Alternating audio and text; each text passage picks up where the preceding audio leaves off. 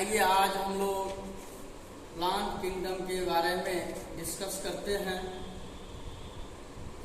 हम सभी जानते हैं कि सारे लिविंग ऑर्गेनिज्म को दो किंगडम में बांटा गया है। एक प्लांट किंगडम है, दूसरा एनिमल किंगडम है। फिर इस किंगडम को सब किंगडम में भी बांटा गया। फिर उसको डिवीजन में, सब डिवीजन में बांटा गया। जैसे ऑल ऑर्गेनिज्म को प्लांट किंगडम, एनिमल किंगडम में बांटा। फिर प्लांट किंगडम को क्रिप्टोगैम, फेनेरोगैम बांटा। फिर से डिवीजन में थैलोफाइटा, ब्रायोफाइटा और टेरिडोफाइटा में बांट दिया गया। फिर फेनेरोगैम को भी दो भाग में बांट दिया गया, जिम्नोस्पर्म और एंजियोस्पर्म में। ठीक है, उस पर हम डिस्कस करेंगे। तो आज प्लांट किंगडम पर हम ज्यादा डिस्कस करेंगे। टॉपिक है प्लांट किंगडम के अंतर्गत जो थैलोफाइटा है उसके अंतर्गत जो एल्गी आता है, शैवाल। आज का टॉपिक है शैवाल। तो उसका परिचय तक पहुंचते हैं। प्लांट किंगडम,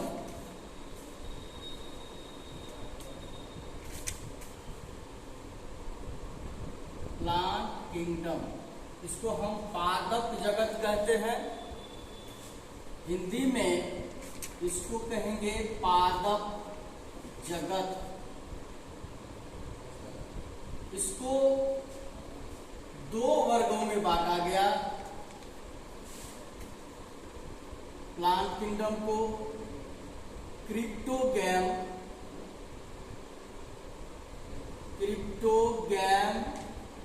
और एक है फेनेरोगैम।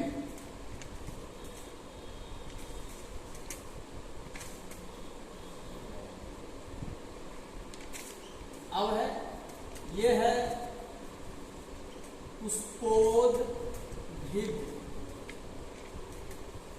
पुष्पोद्भिद है, और ये हो जाएगा अपुष्पोद्भिद।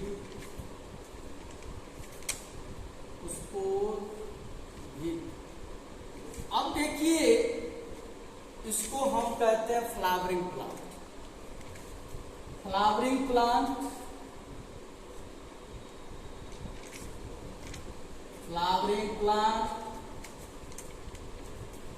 और इसको तब क्या कहेंगे? नॉन फ्लावरिंग प्लांट कहेंगे। इसको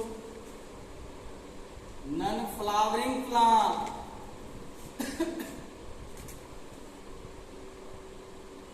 सीधी सी बात है कि सारे प्लांट्स को दो वर्गों में बांटा।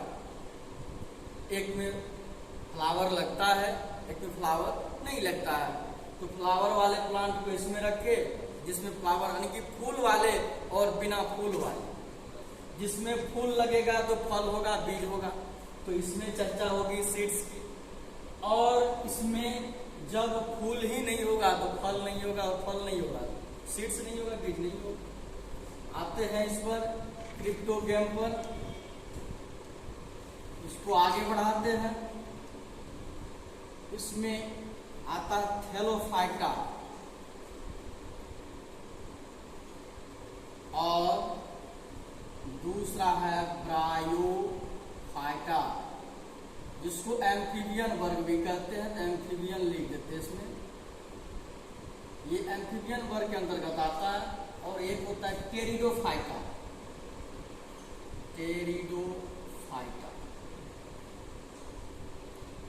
अब थैलोफाइटा के अंतर्गत आता है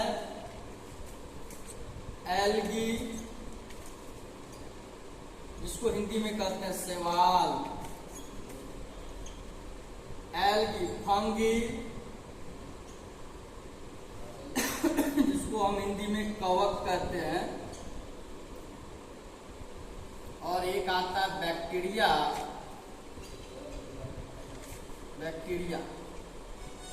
जिसका तो दोनों चीज होता है। बैक्टीरिया, हिंदी और इंग्लिश दोनों सेम।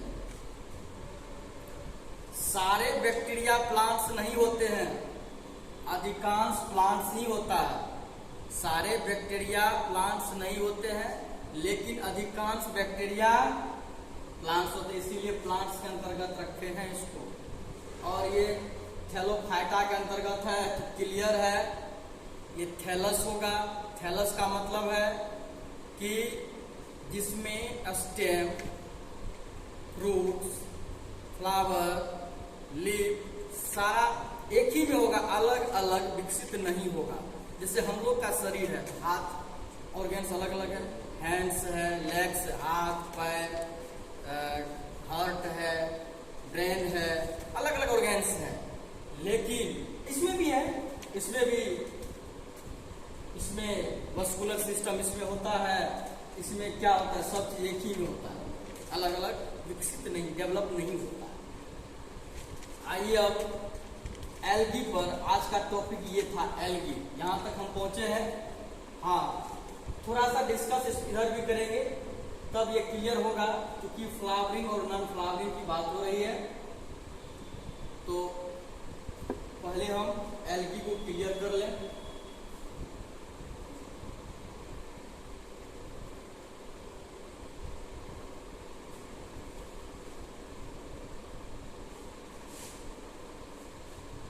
एल्गी, इसका हिंदी शैवाल। अब देखिए ये शैवाल होता क्या है। सबसे पहले इसका स्ट्रक्चर, मतलब इसके बारे में बताएंगे, फिर ये रहता कहाँ है, फिर ये खाता है, इसका न्यूट्रिशन कहाँ से मिलता है, फिर इसका रिप्रोडक्शन कैसे होता है, इसका जनरेशन कैसे होता है, फिर आगे देखेंगे इसका इकोनॉमिक इम्पोर्टेंस क्या है हमारे डेली लाइफ में, इससे लाभदायक, मतलब इससे क्या लाभ है और क्या हानि है, इसको भी देखेंगे। आइए देखते हैं कि एल्गी क्या है। ये सिंपल लिविंग ऑर्गेनिज्म, ऑर्गेनिज्म। अब देखिए यहाँ क्या लिखे, सिंपल लिविंग ऑर्गेनिज्म। अब देखिए हम लोग एक कॉम्प्लिकेटेड मशीन की तरह, हम लोग जो है कॉम्प्लिकेटेड मशीन है, हम लोग के शरीर में सारे ऑर्गेन है, डेवलप है, सब ऑर्गेन का अलग अलग है। जैसे नर्वस सिस्टम है, डाइजेस्टिव सिस्टम है, स्केलेटल सिस्टम है, मस्कुलर सिस्टम है, जितने एक्सक्रीटरी सिस्टम है। तो ये जो सिस्टम है और इसमें क्या है, ये सब चीज नहीं होता है, अलग अलग इसका सिस्टम वर्क नहीं करता, इसीलिए सिंपल ऑर्गेनिज्म, हम लोग की तरह ये कॉम्प्लिकेटेड नहीं है। ये जो है सिंपल, साधारण, ये सामान्य जीव है। लेकिन क्या है उसमें, तो एक्वेटिक है, ये तो सामान्य जीव है, सामान्य जीव है। अब बात रही, ये एक्वेटिक भी है, एक्वेटिक ऑर्गेनिज्म है।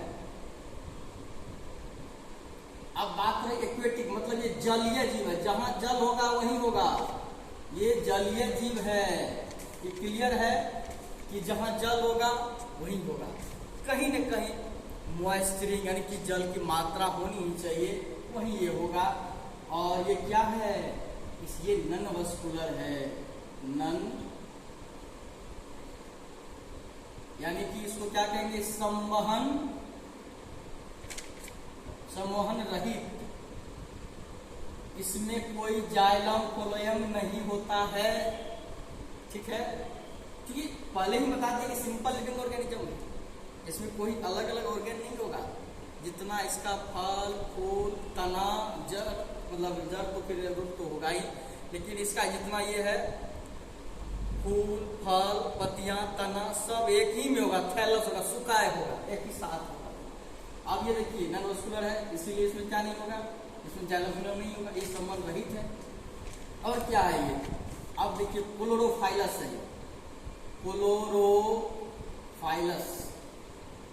अब ये क्या है, इसमें क्लोरोफिल होता है, इसमें क्लोरोफिल होता है। क्लियर है? क्लोरोफिल होता है। अब देखिए जिसमें क्लोरोफिल होगा, जिसमें भी क्लोरोफिल होगा तो उसमें फोटोसिंथेसिस होगा।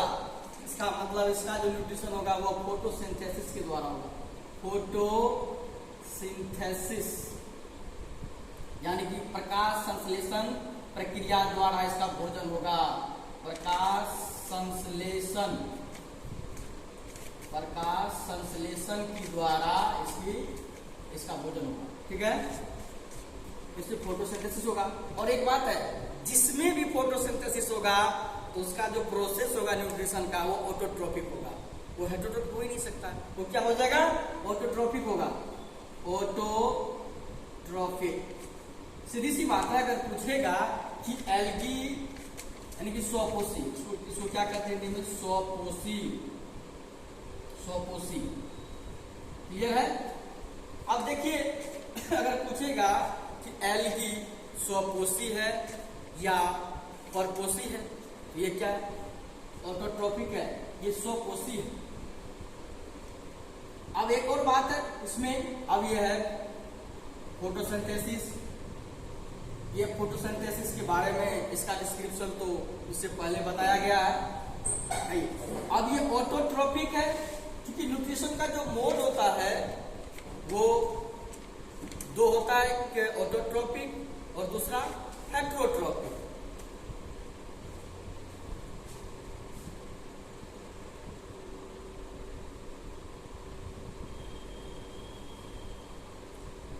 अब ये मैंने कहा था ये थैलोफाइटा के अंतर्गत आता है। तो थैलस का क्या? ये थैलस है। ये थैलस का क्या मतलब है?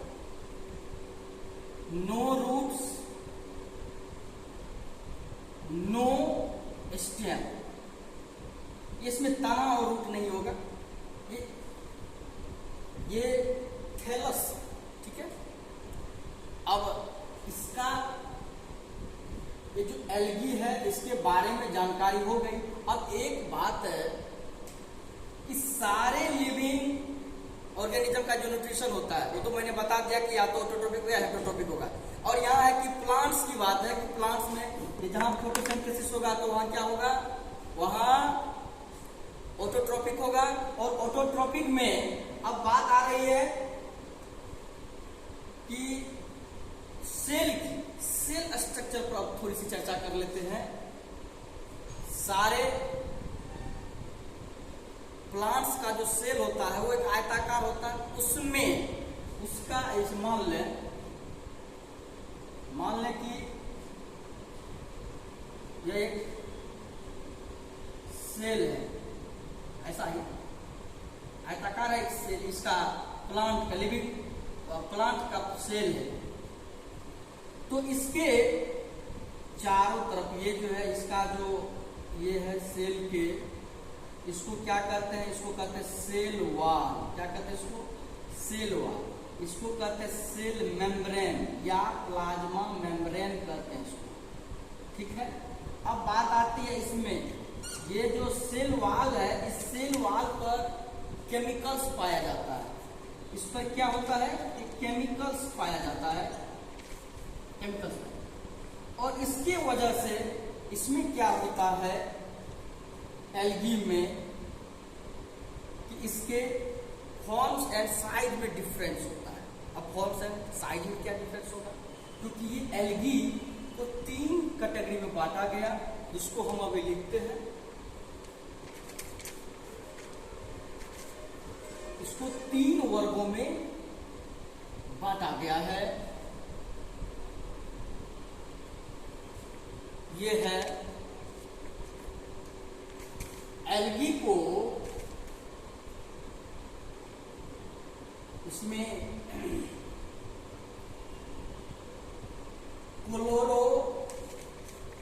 क्लोरोफाइटा या क्लोरोफाइसी, भैया क्लोरोफाइटा, या इसी को हम कहते हैं ग्रीन एल्गी। क्या कहते हैं इसको?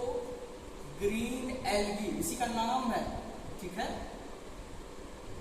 और एक होता है फियोफाइसी या इसको फियोफाइटा कहेंगे। ये है ब्राउन एल्गी। ये ब्राउन एल्गी के नाम से जाना जाता है। और एक होता है रोडोफाइसी, रोडोफाइसी, जिसको हम कहेंगे रेड एल्गी।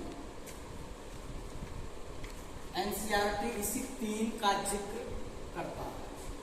अब चलते हैं इस पर कि इस दोनों में फ्लैजेला होता है, इसमें फ्लैजेला नहीं होता। थोड़ा इस पर डिस्कस कर लें। अब ये सेल स्ट्रक्चर से ये डिफरेंस होगा। न्यूट्रिशन तो तीनों में फोटोसिंथेसिस द्वारा ही होती है, सारे प्लांट्स में फोटोसिंथेसिस का सेम प्रोसेस है। तो इसमें क्या है, जब सेल की बात आती है, मान लेते हैं कि ये इस तरह से, इसमें ये एल्गी है और इसमें यदि इस तरह से और इस तरह से हो, ये फ्लैजेला, ये जो फिलामेंट है इस तरह से 2 से लेकर के 8 तक इसका हो सकता है। ये फ्लैजेला ये है, इसमें क्लोरोफाइसी ग्रीन एल्गी में ये होता है। 2 से लेकर के 8 तक होगा, 2, 4, 6, 8 तक ये चलेगा। और ये इक्वल होता है, इसमें क्या होगा, इक्वल फ्लैजेला होगा। क्लियर है? और क्या, एक मान ले ये है एल्गी है, इसमें एक बड़ा है और लेटरल में, मतलब लेटरल किसको कहते हैं, जैसे इधर लेफ्ट है राइट, लेटरल राइट दोनों, ये साइड वाला को लेटरल कहते हैं, पार्श्व कहते हैं, बगल वाला को। इधर बड़ा है, अगर इधर छोटा है, इसको कहेंगे, ये जो फ्लैजेला है तो इसमें 2 ही होता है, ठीक है, एक बड़ा एक छोटा होता है। क्या कहेंगे, टू अनइक्वल फ्लैजेला, यही डिफरेंस है। और इसमें फ्लैजेला नहीं होता है। अगर मान लें यह एक एल्गी है, इसमें नहीं होता है। अब देखिए, इसको कहेंगे ग्रीन एल्गी, क्या कहेंगे इसको, ग्रीन एल्गी। और इसमें क्या है, ये है ब्राउन एल्गी, ब्राउन एल्गी, भूरा वर्णक शैवाल, ये हरा वर्णक शैवाल। ये है रेड एल्गी, इसमें नो फ्लैजेला होगा, इसमें होगा नो फ्लैजेला, इसमें फ्लैजेला नहीं होता है। ये है रेड एल्गी। क्लियर है? अब बात आती है, ये फ्लैजेला जहां होगा, श्योरली जहां फ्लैजेला होगा वो मोटाइल होगा। मोटाइल का मतलब क्या, वो चलेगा, वो चलने में मदद करता है। अब देखिए, ये इसका जो एक और चीज है एक्वेटिक की, मैंने चर्चा किया था एक्वेटिक का। तो ये जो एक्वेटिक है, ये एल्गी जो है एक्वेटिक ऑर्गेनिज्म है। इसका मतलब कूल वाटर, हॉट वाटर सब जगह पाया जाता है। अब कूल वाटर में है, फ्रेश वाटर होगा। अब फ्रेश वाटर में क्या क्या होगा, फ्रेश वाटर में अब फ्लोइंग वाटर होगा, जो बह रही है, जैसे नदी का पानी, उसमें फ्रेश वाटर है, पानी बह रहा है, तो फ्लोइंग वाटर में भी होगा। और पॉन्ड्स में, तालाब है, उस पानी में भी होगा। तो अब यहाँ है, तो फ्लैजेला की वजह से कभी कभी क्या होता है, पानी की विपरीत दिशा में भी चलता है। कभी पानी के बहाव के साथ तो बहता ही है, कभी उसके विपरीत दिशा में भी चलता है। इसका जिक्र करेंगे यहाँ। अब ये है, ये फ्रेश वाटर में फ्लोइंग वाटर, हाँ, एक और मेरीन वाटर में भी, क्योंकि हमको फ्रेश वाटर है तो दूसरा क्या हो जाएगा, एक मेरीन वाटर हो जाएगा। समुद्री जिसको खारा पानी कहते हैं उसमें भी होता है, तो उसको मेरीन में भी, यहां भी उगता है और यहाँ तो उगता ही है। इसके अंतर्गत अब फ्रेश वाटर के अंतर्गत इसमें दिए हैं, पॉन्ड्स में दिए हैं, ये सब उगता ही है। अब आते हैं इस फ्लैजेला की वजह से होता क्या है, ये जो फ्लैजेला है ये मोटा, जिसमें होगा ये मोटाइल होगा। इसका दोनों जो है, ये दोनों ग्रीन एल्गी और ब्राउन एल्गी चलेगा, वो पानी के विपरीत। अब चलेगा क्यों, क्योंकि फ्लैजेला है, प्रेजेंस ऑफ फ्लैजेला ये दिखा रहा है कि ये मोटाइल है। और इसका जो एब्सेंस ऑफ फ्लैजेला है, इसमें अनुपस्थित है फ्लैजेला, इसीलिए नो मोटाइल होगा, ये नहीं चलेगा, क्योंकि इसमें है नहीं, इसमें चलने में ये मदद करता है। क्योंकि इसमें इक्वल होता है, 2 से लेकर 8 फ्लैजला होता है, और इसको 2 होता है लेकिन अनइक्वल फ्लैजला होता है। अब देखिए, अगर ये पानी की बहाव मान लेते हैं इस दिशा में, इस डायरेक्शन में पानी बह रहा है, पानी बढ़ रहा है, लेकिन ये जो फ्लैजला है, ठीक है, ये लेकिन इधर चल रहा है, इसके चलने का जो डायरेक्शन है इधर चल रहा है, जिसको कहेंगे क्या, एक्टिव मोशन, या इसको एक्टिव कहेंगे, ये एक्टिव एल्गी है, ये एक्टिव मोशन में है, ठीक है, एक्टिव फेज कहेंगे, एक्टिव फेज। अब देखिए, अगर पानी की बहने की दिशा ये है, ठीक है, लेकिन ये जो सवाल है ये भी उसी दिशा में बह रहा है, उसी दिशा पानी से, इसको पैसिव कहेंगे, क्या कहेंगे इसको, पैसिव, ठीक है। अब बात रही, इससे ये क्लियर हो गया कि तीनों में क्लोरोफाइसी, फियोफाइसी और रोडोफाइसी में क्या डिफरेंस है। अब आते हैं कि ये सब इसका एक सेल स्ट्रक्चर है, ठीक है। अब इसका इंट्रोडक्शन हुआ, अब इसके अंतर्गत एक चीज और पहले जान लें, उसके बाद हम इसके न्यूट्रिशन पर, हैबिटेट के बारे में बताएंगे कि ये रहता कहाँ है, ठीक है, ये कहाँ कहाँ रहता है और इसका न्यूट्रिशन कहाँ से इसको मिलता है, फिर इसका स्टोरेज कहाँ होता है। ये भी तो बहुत इंटरेस्टेड है कि ये स्टोर जो करता है, ग्रीन एल्गी का अलग सिस्टम है, वो स्टार्च के रूप में करता है, फियोफाइसी जो है, ब्राउन एल्गी जो है स्टार और मैरिटोल के रूप में करता है, फिर रेड का अलग सिस्टम। स्टोर करने का भी जो है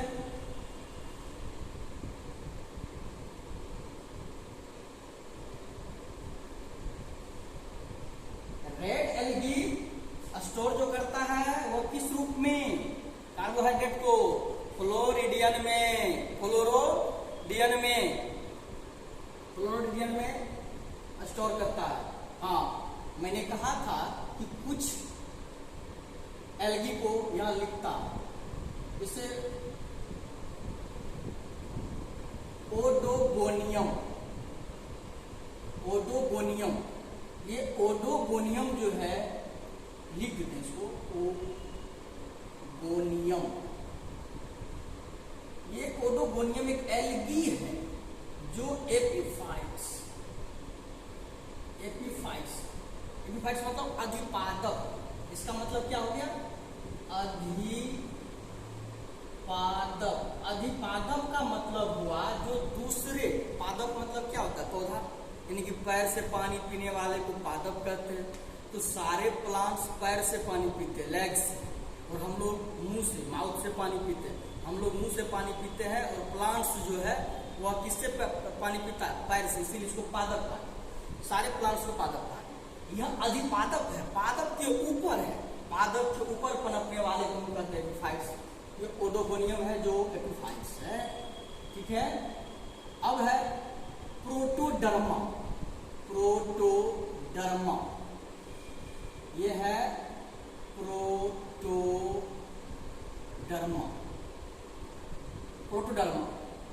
प्रोटोडर्मा।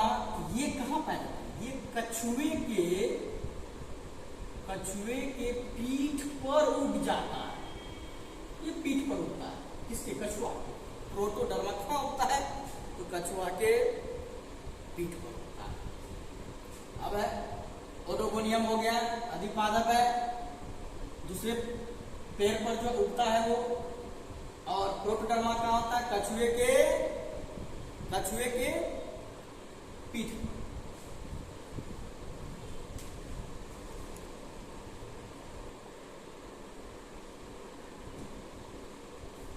अब है, हाँ, ओडोगोनियम हो गया अधिपादप,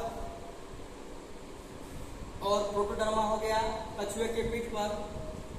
अब है क्लेडोफोरा, ये कहाँ होगा, क्लेडोफोरा,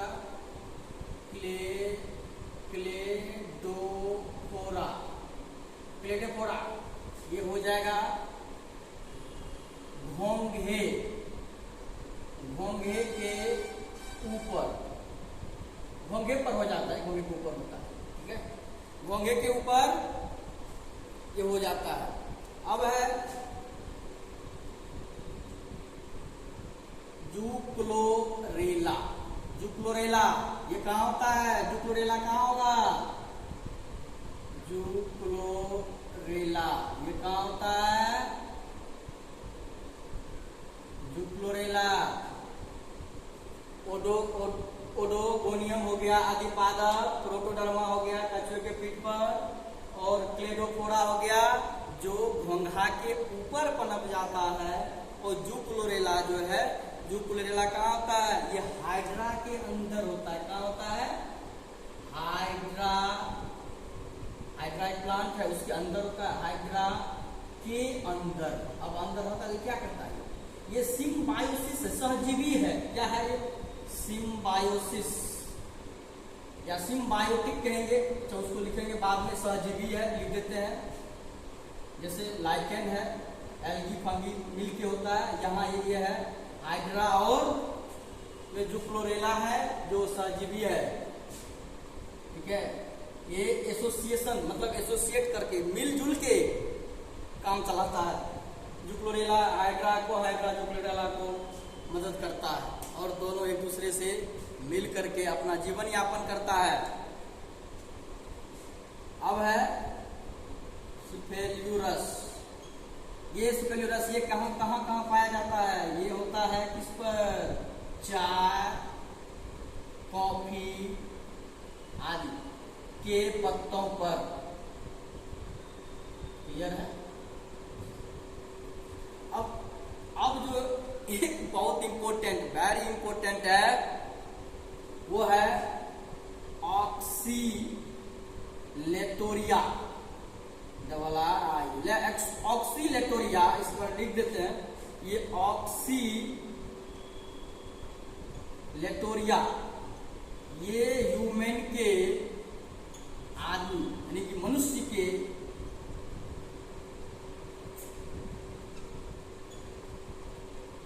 के आंत में पाया जाता है। ठीक है, ये स्पेल्यूरस है, जुक्लोरेला इसका भी लिख पढ़ने के लिए।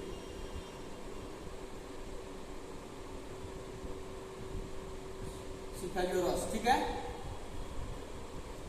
अब एक चीज और है, अब यहाँ इसमें जो हम चर्चा कर रहे थे एल्गी के जो प्रकार है वो है Chlorophyceae, Phaeophyceae, Rhodophyceae, green algae, brown algae और रेड एल्गी। तो मैंने कहा कि फ्लैजेला के आधार पर तीनों में डिफरेंस क्या है कि ग्रीन एल्गी में 2 से लेकर के 8 फ्लैजेला होता है और इक्वल फ्लैजेला होता है, लेकिन ब्राउन एल्गी में 2 ही होता है, अनइक्वल फ्लैजेला होता है और लेटरल होता है, एक इस साइड पे इस साइड। रेड एल्गी में फ्लैजेला नहीं होता है। अब बात आती है क्या क्लोरोफिल के पिगमेंट्स के आधार पर क्या डिफरेंस है? तो पिगमेंट्स के आधार पर डिफरेंस है। क्लोरोफिल ए मौजूद होता है किसमें? ग्रीन एल्गी में। ग्रीन एल्गी में क्लोरोफिल ए एंड बी मौजूद होता है और ब्राउन एल्गी में ए एंड सी क्लोरोफिल मौजूद होता है। रेड एल्गी में chlorophyll A and chlorophyll D मौजूद होता है। क्लियर है? अब चलेंगे, इसका जो अगला पॉइंट है वो है कि ये रहता है, इसका हैबिटेट क्या है, ये रहता कहाँ है, इसका हैबिटेट। फिर चलेंगे न्यूट्रिशन पर। इसको याद ऐसे रखेंगे, सबसे पहले एल्गी का जो हम सवाल, इसका जो सवाल क्या है, इसका स्ट्रक्चर, संरचना, ये जो बना हुआ चीज है मैंने इसके बारे में बता दिया। अब हैबिटेट, तो इसका आवास जो है रहता कहाँ है, तब हो जाएगा इसका न्यूट्रिशन। इसका पोषण कहाँ से मिलता है, तब हो जाएगा रिप्रोडक्शन। फिर इसका जनरेशन कैसे आगे बढ़ता है, ठीक है, तब हो जाएगा इसका रिप्रोडक्शन बढ़ जाएगा। फिर इकोनॉमिक इम्पोर्टेंसी, यानी कि आर्थिक महत्व क्या है, इसका एक यूजफुल होगा, एक यूजलेस होगा, यानी कि एक लाभदायक होगा, एक हानिकारक होगा। तो हम अब इस पॉइंट पर ये स्ट्रक्चर की बात हो गई। अब हैबिटेट पर ये पॉइंट होगा, याद रखेंगे इसी तरह से कि एल्गी का हमको क्या जानना है, पहले स्ट्रक्चर, फिर हैबिटेट, फिर न्यूट्रिशन, फिर रिप्रोडक्शन, फिर इकोनॉमिक इंपोर्टेंस। ठीक है, अब चलें चर्चा करें ये हैबिटेट।